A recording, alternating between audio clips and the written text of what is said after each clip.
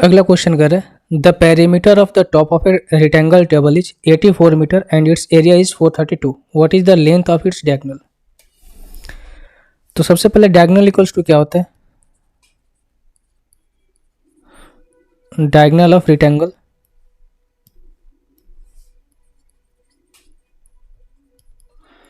ये होता है आपका square root of L square plus B square. Area क्या होता है, ये होता है L into B and perimeter ये होता है आपका 2 इंटू एल प्लस बी, यही होता है.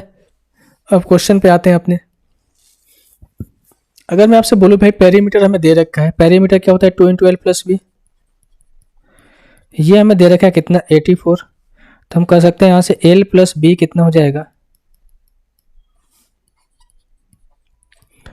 42, ये आपका 1 आ गया. और सेकंड क्या है आपका एरिया, एरिया क्या होता है L into B, L into B कितना हो जाएगा आपका 432. अगर मैं आपसे बोलूँ भाई कि हमें क्या चाहिए एल स्क्वायर बी स्क्वायर चाहिए, अगर मैं इनका स्क्वायर करूँ दोनों साइड तो दिक्कत वाली बात है नहीं. तो ये स्क्वायर हो जाएगा L square plus B square plus 2 into L B. 42 का स्क्वायर हो जाएगा आपका 1764. अब देखो भाई एल बी का स्थान पर हम 432 रख सकते हैं. मैं सारी चीज़ें लिख रहा हूँ ताकि आप समझ पाएँ, बाकी आपको शॉर्ट करना है, आप कोई भी स्टेप शॉर्ट मिस कर सकते हैं, ठीक है, अपने अंडरस्टैंडिंग के अकॉर्डिंग. इसमें 2 से मल्टीप्लाई करेंगे कितना हो जाएगा 4, 6 और ये हो जाएगा 8, 764, ठीक है. तो अब देखो भाई यहाँ से हम क्या करेंगे L square plus B square, ये उधर जाएगा तो माइनस में हो जाएगा ना. तो माइनस करेंगे कितना हो जाएगा आपका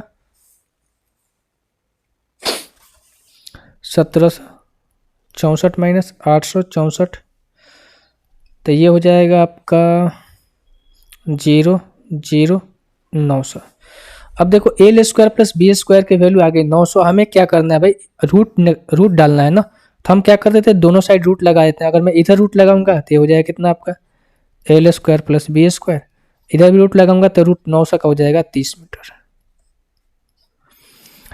तो root L square plus B square क्या है डायगोनल ऑफ रेक्टेंगल है, यानी कि आयत का विकर्ण है. तो हम कह सकते हैं भाई कि 30 मीटर इसका आंसर होगा.